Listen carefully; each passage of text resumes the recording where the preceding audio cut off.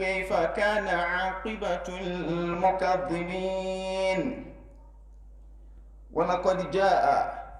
إلى الرسول صلى الله عليه وسلم ذات يوم صحابة من أصحابه قال يا رسول الله أخبرني بعمل يدخلني الجنة. فقال النبي صلى الله عليه وسلم تعبد الله ولا تشركوا به شيئا وتقيموا الصلاة وتؤتي الزكاة وتصل الأرحام. ولقد سأل عن هذه المسألة أحد من أصحاب النبي صلى الله عليه وسلم وأجاب الرسول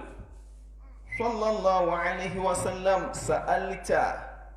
عن عظيم وإنه ليسير على من يسره الله تعالى. adúpẹ́ fún Ọlọ́run atọrọ kẹ́ àti ìgẹ̀ tó pọ̀ fún Ànábì wa Muhammad. Àlékún kẹ́ Ọlọ́run àlékún gẹ́ rẹ̀ Ọlọ́run bá wa ṣe fún Ànábì wa Muhammad. Gbogbo àwọn ará ilé ẹ̀ àwọn sàhábà rẹ̀ Ọlọ́run dákun bá wa ṣe dáadáa fún wa. Wala la ilaha illallah wala Muhammadun Rasulullah sallallahu alaihi wa sallam.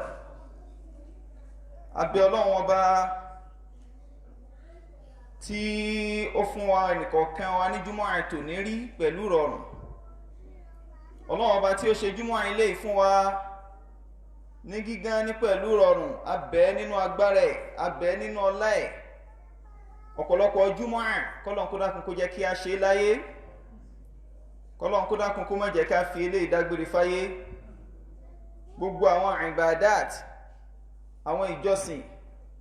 tí a bá ṣe fún Ọlọ́run ọba níbẹ̀, kọ́lọ́n kó dákun kó gba gbogbo ẹ̀ lọ́wọ́ wa, kọ́lọ́n kó dákun kó bá fi sínú òṣùwọ̀n iṣẹ́ rere wa, kọ́lọ́n kó dákun kó má dàálù wá láyà,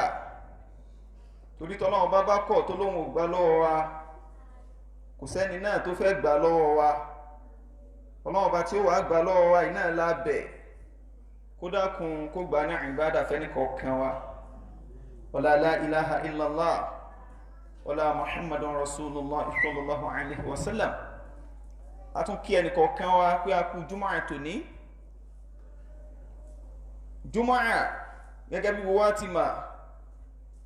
pé ọ̀kan nínú àwọn ìbádàt, nínú àwọn ìjọsìn tọ́lọ́run bá pa wá láṣẹ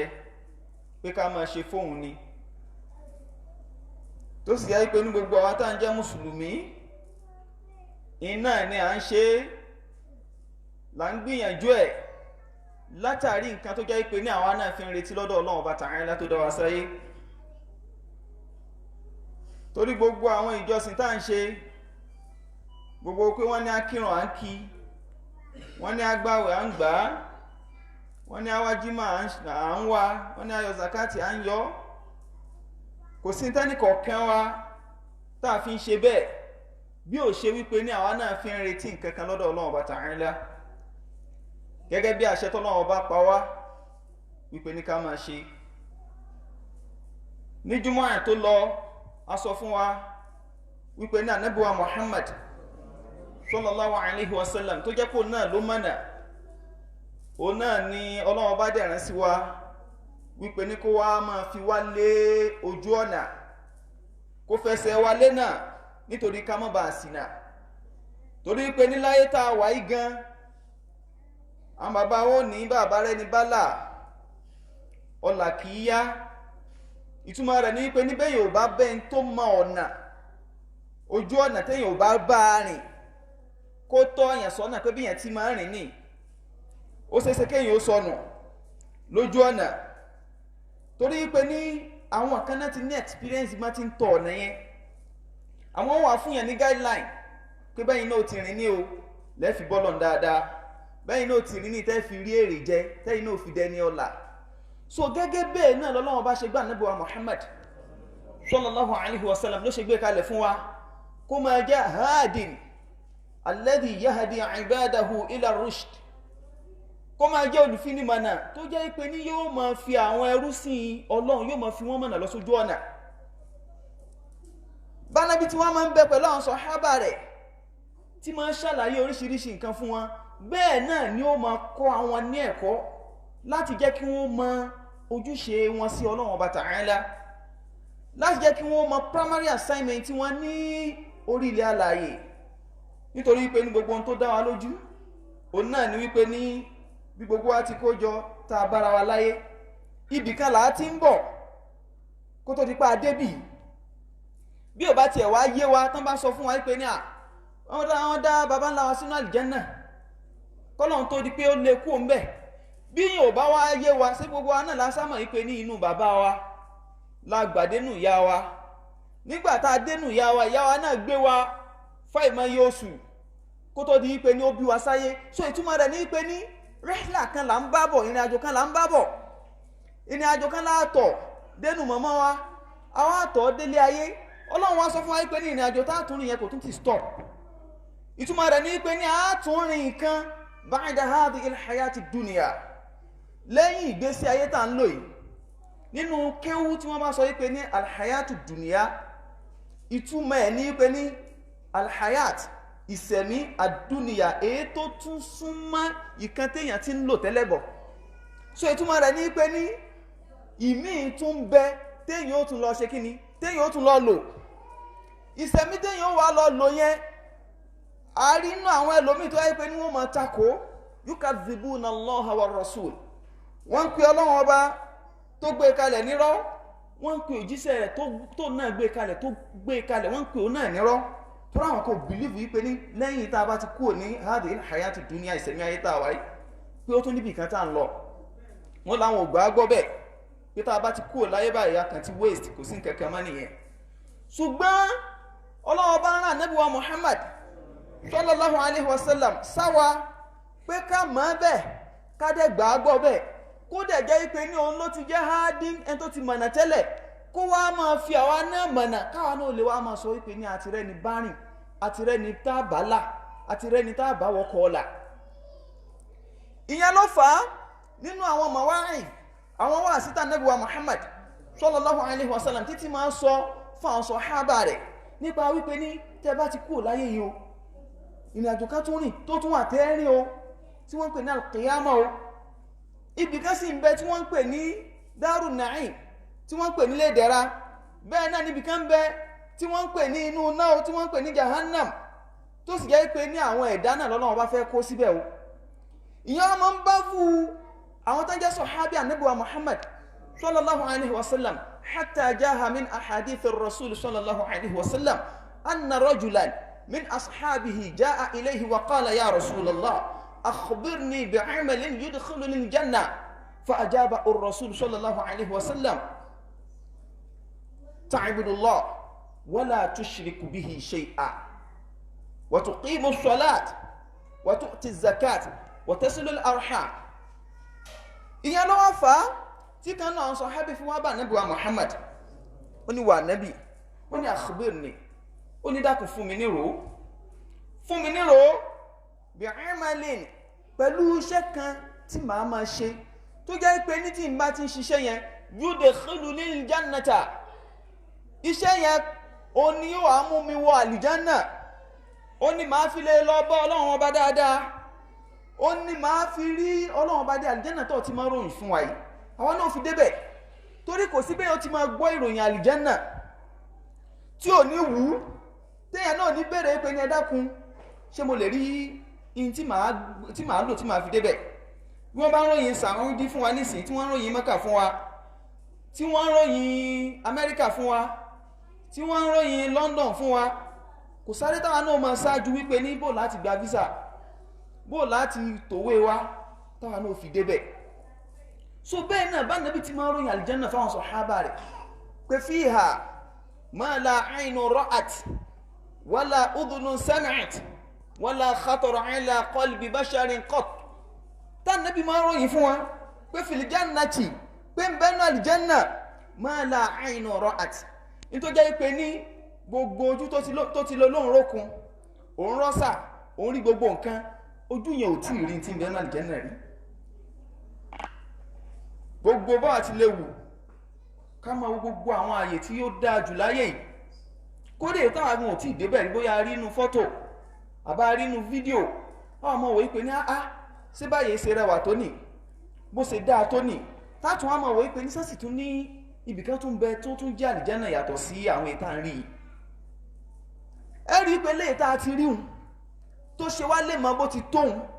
tó ṣe wá lè mọ bó ti dáa tóun Ànábì tún sọ fún wa pé ní àníṣe èyí tí ń bẹ náà àlìjẹ́nà máa lá àínú rọ̀ àti ní ojú kankan ò rírí so èyí tẹ́ ẹ rí yẹn tí ń ṣe yín lè mọ èyí náà wá máa gbé sílẹ̀ àkẹ́ yìí pé bó wà ní àlìjẹ́nà ó ṣe rí ẹ bí yẹn ó ṣe wá dáa tó nígbà tó yẹ pé níta ayé gan ẹ̀yin gan fẹ́ kú lórí ẹ̀ pé ó ti dáa jù ìdí ìtójú bá dẹ̀ rírí ni ó lè ròyìn kò ní lè ròyìn tí ò bá rírí so ẹ wá imagine téèyàn wá rírí tánàbí ní máa la àìnú ra'at ojú kankan rírí ó ní wala udhunun sami'at ó ní bẹ́ẹ̀ náà etí gbogbo tó ti léwu kó máa gbọ́ nírò kó máa gbọ́ ní information kó máa gbọ́ ròyìn rẹ̀ ó lé etí kankan tí ń bẹ lórí ilẹ̀ ayé kò tí ì gbọ́ rí. A lè gbọ́ pé wọ́n ní Dubai o wọ́n fẹ́ kọ́ ilé kan sínú omi o inú omi wọn wàá kọ́ sí tán bá ti wá kọ́ bẹ́ẹ̀ àwọn yóò tún máa gbé bẹ́ẹ̀ gbogbo nǹkan tẹ́ ń lò lórí ilẹ̀ náà lẹ́ẹ̀ máa lò ń bẹ̀ ṣé pé yóò máa wò pé how possible inú omi kẹ̀. in tó mú àwọn èèyàn wa táwọn ń gbìyànjú pé àwọn fẹ́ ṣerú ẹ̀ sínú omi tí ó sì tún wà bẹ́ẹ̀ táwọn yóò máa gbé bẹ́ẹ̀ wọ́n ti ṣe tinú àpáta wọ́n succeed wọ́n tún wá ṣe tinú omi wọ́n ṣe àwọn yóò sì máa gbé ìwé máa rọrùn táwa gbọ́ information rẹ̀ táà sí ń wòye pé ní wọ́n sì ń gbìyànjú àti ṣe bẹ́ẹ̀ ẹ wá wò ó èyí táwa tún gbọ́ nìyẹn o èyí tá Ànábì wa Muhammad sallallahu alaihi wasallam tó wá sọ fún wa pé ní wala udhunun sami'at pé etí kankan ò gbọ́ rí bóò ní ìṣe wa fẹ́ rí ṣe pé ní ètè tí wá tiẹ̀ tún gbọ́ rí látùn lè máa fi làákà ìwà gbé pé bó ti fẹ́ rí nì ètè tí ò wá gbọ́ rí bóò la ṣe fẹ́ mọ̀ tí sì sọ fún wa pé níbi tó rẹwà dé níbi tó dáa dé tó dùn dé ó tún wá ní wala khatara ala qalbi basharin qat aljẹ́nàtà tí wọ́n ròyìn rẹ̀ yìí ó ní kò rúkúlẹ̀ kò rúwúyẹ́ lọ́kàn abara kan rí kó kàn rúkúlẹ̀ lọ́kàn rẹ̀ kó wá pé ọ̀hán bí ó ti rí nì yóò wà ní garden báyìí yóò wà láwọn èso báyìí yóò wà ní kinní kan báyìí kó kàn rúkúlẹ̀ lọ́kàn rẹ̀ ó ní kò rú rí. àwọn àròyìn ẹbá tí ń ròyìn ẹ̀ fún wa bí Kùránì ṣe ròyìn ẹ̀ fún wa bánàbí ṣe ròyìn ẹ̀ fún wa bẹ́ẹ̀ náà la máa gbọ́ àákà máa fi làákà ìgbé ni kò lè gbé bó ti rí gangan. ìtumọ̀ rẹ̀ ní pé ní bí kíní ẹ̀ ṣe dáa tó bó ti rẹwà tó kò sẹ́ǹsì wa ò lè gbé làákà ìwọ ò lè gbé. so ìyẹn ni ó wàá máa mú wa láti ní ṣìyàk láti ní ìjẹ̀rán sí pé so ń tán ròyìn yìí ó yẹ kémi náà lè débẹ̀ ó yẹ kémi náà lè mọ bó ṣe rí ó yẹ kémi náà lè ọlọ́run má ṣe alẹ́ tí wọ́n á jẹ́ pé ní wàá hàn náà rẹ̀ tó láwọn kan wọ́n hàn náà wọn àti ẹ̀ ní fílẹ̀ wọn à ní fílẹ̀ pàápàá wọn à ní lè pé wọ́n rà á dùn àwọn òtí àwọn kan lámúyẹ̀jẹ̀ ríhàhá wọn ò ní rí òórùn rẹ̀ lásán lè pé wọ́n wà wọ̀ bẹ̀ so ìyẹn ló wá mú sàhábà yìí tó wá lọ bá Ànábì wa Muhammad sallallahu alaihi wasallam ó ní Ànábì akhbirni bi'amalin yudkhiluni al-jannata ó ní Ànábì dákun fún mi rò àti gbóríṣiríṣi ìròyìn pa àlìjánà tó ń sọ fún wa ṣùgbọ́n fún mi rò kí ni ó mú mi wọbẹ̀ kí lèmi náà fi rí bẹ̀ dé tí ò ní jẹ́ pé ní àkàngbọ́rò yìí rẹ̀ lásán àwa ní rí dé Ànábì wa Muhammad sallallahu alaihi wasallam ó ní kò lè ó ní àkọ́kọ́ ń tọ́ lọ mójútó ta'budullaha wa la tushriku bihi shay'a èyí tó wá bá nábì yìí nínú hadith ilé nǹkan mẹ́rin lànàbì wa Muhammad sallallahu alaihi wasallam ló sọ fún tó ṣe pé ní táwọn náà bá wo nǹkan ìyá òpin ní gbogbo kí ní ìrọ̀rùn ẹjẹ́ pé ní àjẹ́nà náà rọrùn láti wọ tàbá lè mójútó nínú hadith mi tí sọ̀hábẹ́bì náà tó náà jẹ́ olójúkòkòrò bẹ́ẹ̀ tó náà wá bí ànábì wa Muhammad sallallahu alaihi wasallam bẹ́ẹ̀ ìgbà tó ànábì ó fún yẹn lẹ́sìn ànábì ní sa'alta 'an 'azimin wa innahu la yasirun 'ala man yassara Allahu ta'ala alayhi ó náà wá béèrè lọ́wọ́ ànábì ní pé ànábì dákun já mi sí fún mi ní ro nǹkan tó yẹ pé ní tí n bá ti ń ṣe yudkhiluni al-jannata wa yuba'iduni 'ani an-nar yóò mú mi wà aljanna yóò sì gbé mi jìnnà síná. Ànábì ní nǹkan wá béèrè sa'alta 'an 'azimin. Ó ní nǹkan tó béèrè ó ti béèrè nípa nǹkan tó tóbi. Nǹkan tó tóbi ní pé yóò ti rà aljanna wọ̀ lọ́fẹ̀ẹ́.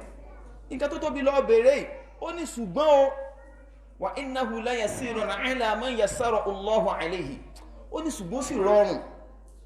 lórí ẹni tọ́lọ́run bá ṣe rọrùn lé lórí. Ó sì rọrùn lórí ẹni tọ́lọ́run bá ṣe rọrùn lé lórí. Túmọ̀ rẹ̀ ní pé ní báwo ti máa wò wípé ní ṣe téèyàn fi dé bẹ́ẹ̀ ni ó sì wá rọrùn o bẹ́ẹ̀ ni ó lè lójú àwọn kan ni ó nira fún wọn ò ní lè rí ṣe. Abẹ́lọ́wọ́ bá Ta'ala kó má ṣe èmi àtẹ̀yìn ẹni tí ò ní lè rí ṣe. Kọ́lọ́run kó ṣe wá nú ẹni tí ó rọrùn fún nínú àwọn tánàbí sọ wípé ní illa man yassarahu Allahu 'alayhi. Pé nínú àwọn tọ́lọ́run bó ṣe rọrùn fún ní Kọ́lọ́run bá kó ka èmi àtẹ̀yìn kún. Al-Qur'anul Karim. Ànábì wa ní tó rọrùn ni ó ní àkọ́kọ́ tọ́lọ́ mójútó ó ní ta'budullaha wa la tushriku bihi shay'a. Ó ní ọlọ́ mójútó pé kó o máa sin Ọlọ́run dáadáa o. Ó ní o máa sin Ọlọ́run dáadáa. Ó wá ní mú nǹkan kan ní ìmọ̀ Ọlọ́run. Gbogbo àwa tá wá mọ́sálásí nísìn kò sí kankan tó mú wa wájú wípé ní ìpayà Ọlọ́run lọ. Ẹni tí ò bá ní ìpayà Ọlọ́run kò ní sọ pé òun fẹ́ wá mọ́sálásí pé òun fẹ́ wá kírun. Ṣùgbọ́n ìpayà Ọlọ́run náà ló mú wa wá. Ìyẹn náà ni ó wá máa wá tún jẹ́ káwa náà lè tún máa fẹ̀mí wá rinlẹ̀ pé tọ̀ Ọlọ́run o mo ti ń páyàwó Ọlọ́run àbá tí mo lágbára mo sì ti ń ṣe tiẹ̀ wọ̀n bá ṣùgbọ́n lórí ìbádà Ọlọ́run dákun má yẹ ẹsẹ̀ mi kúrò ńbẹ̀ o torí pé ní mélòó ẹni tó yẹ pé ní ó ti máa ṣe tọlọ́run tó ti máa ṣe tọlọ́run tó jẹ́ pé ní kékeré náà ni ó kù fún kó fi sórí rẹ̀ yẹn jálẹ̀ ṣùgbọ́n tá padà sí ibú tí ó wà dé bá abẹ́lọ́ nínú àánú rẹ̀ àtẹ̀mí àtẹ̀yìn Ọlọ́run dákun má yẹ ká padà sí ibú bá wa. Ànábì ní tọ́rọ máa ṣe Ọlọ́run mójútó ìbádà rẹ̀ dáadáa máa mójútó dáadáa kó máa jọ́sìn fọ́lọ́run dáadáa. Gbogbo àwọn ìbádàt anwa'un ìbádàt ó wá pọ̀ ní oríṣiríṣi ọ̀nà tí a fi máa gbà láti fi sin Ọlọ́run. Ànábì wá ní gbogbo àwọn ọ̀nà yẹn ìwọ náà gbìyànjú láti máa ṣe èyí tó wá jó lórí ẹ̀ ní wípé ní gbogbo tọ́lọ́run bá wá ṣe ọ lọ́wọ́ kò àbí gbogbo nǹkan tí ó fà á tó fi wá máa mú nǹkan míì mọ́ Ọlọ́run ó ní dákun má débẹ̀. Iná Ọlọ́run bá fi ń sọ fún wa ní Al-Qur'an pé wa laqad ba'athna fi kulli ummatin rasula an i'budu Allaha wajtanibu at-taghut faminhum man hada Allah wa minhum man haqqat 'alayhi ad-dalalah fasiru fil ardi fanzuru kayfa kana 'aqibatu al-mukaththibin. Ànábì wa Al-Qur'an ó sọ fún wa pé ní wa laqad ba'athna fi kulli ummatin rasula. Ó ní a ti gbé dìde nínú gbogbo àlè umma gbogbo ìjọ kọ̀ọ̀kan Ọlọ́run ni a ti gbé òjíṣẹ́ kan dìde fún wa. Ìtumọ̀ rẹ̀ ní pé ní àwọn ànábì Nuh Ọlọ́run gbé òjíṣẹ́ dìde fún wa. Àwọn ànábì Saleh Ọlọ́run gbé àwọn ìjọ wọn Ọlọ́run gbé òjíṣẹ́ dìde fún wa. Àwọn ìjọ ànábì Musa Ọlọ́run gbé òjíṣẹ́ dìde fún wa. Àwọn ìjọ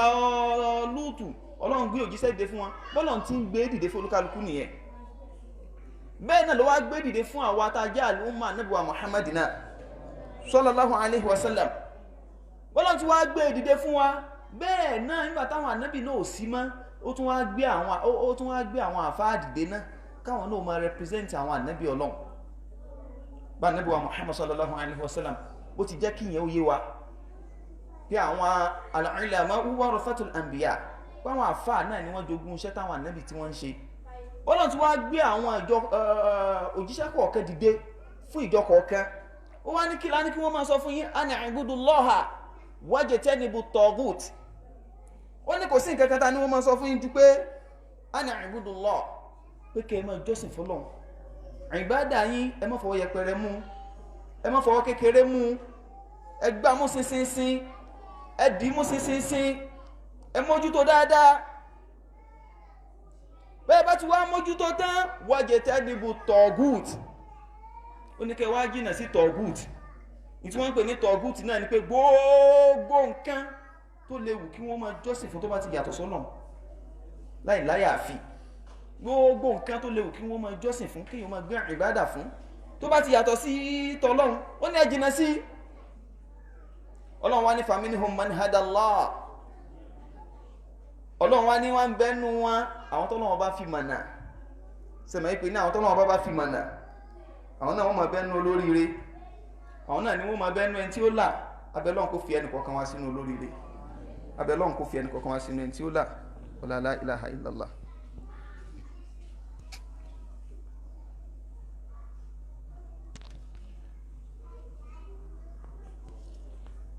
ومنهم من حقت عليه الضلالة فسيروا في الأرض فانظروا كيف كان عاقبة المكذبين. Ọlọ́run wá ní bá ti nínú àwọn tó jẹ́ pé ní Ọlọ́run bó máa fi mọ̀nà tó sì jẹ́ pé ní àwọn ó padà là bẹ́ẹ̀ náà wọ́n ń bẹ́nu wọn man haqqat alayhi ad-dalala àwọn tó jẹ́ pé ní àánú ó ti di òdodo lé wọn lérí ìṣìnà ó ti di òdodo lé wọn lérí àwọn àyè ò tiẹ̀ ní rí ọ̀nà mọ́ wọn ò ní mọ̀ pé èèyàn máa ń sin lọ́hùn wọn ò ní mọ̀ pé èèyàn máa ń mójútó ìbádà àtọlọ́hùn wọn ò ní mọ̀ pé tí Ọlọ́run bá pààyàn láṣẹ èèyàn máa ń mójútó ni Ọlọ́run wá ní gbogbo ẹ̀ fasiru fil ard ó ní ẹ̀yin náà wá ẹ̀rìn lórí ilẹ̀ ẹ̀rìnlẹ̀ ẹ̀wọlẹ̀ ẹwà àwọn tó ti lọ ẹwà àwọn tó wà lórí ilẹ̀ láyé fanduru kayfa kana aqibatul mukaththibin kẹ́ wá lọ wo bóòní gbẹ̀yìn àwọn tó jẹ́ pé ní wọ́n pe ọ̀rọ̀ Ọlọ́run ọba nírọ́ bóòní gbẹ̀yìn wọn ṣe rí bóò láyé wọn ṣe rí bóò wọn ṣe lò sẹ̀mí wọn sẹ́yìn wọn dá àbí ò dá ṣé wọ́n lẹ́yìn rẹ̀ àbí wọn ò lẹ́yìn rẹ̀ ó ní ẹ lọ wo ẹ̀yin náà wò ẹ lọ wo Fíráùn inú àwọn mukadhibun ni àwọn tó pe ọ̀rọ̀ Ọlọ́run nírọ́ lápá àwọn òjíṣẹ́ Ọlọ́run nírọ́ ẹ̀yin náà mọ̀ tó kẹ́yìn rẹ̀ bẹ́ẹ̀ náà ní bẹ nínú gbogbo àwọn tí wọ́n pa Ànábì wa Muhammad sallallahu alaihi wasallam tí wọ́n pò náà nírọ́ ó ní tó gbẹ̀yìn olúkálukú wọn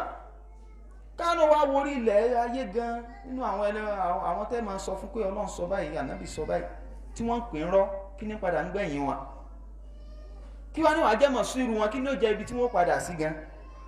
bóò níbẹ̀ ó ṣe rí fún wọn sẹ́yìn pé ní àwọn agbóhùn ti máa ma tẹlòmíì pé àwé ìwàláì tó bá lè bá ilé ikú ní tí ń ṣe tó bá lè bá kú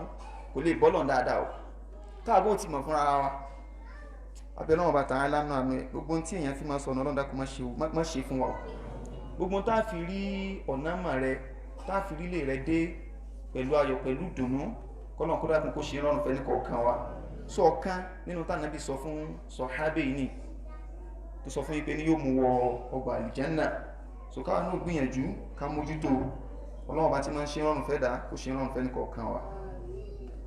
Qumu ila salatikum ibadallah.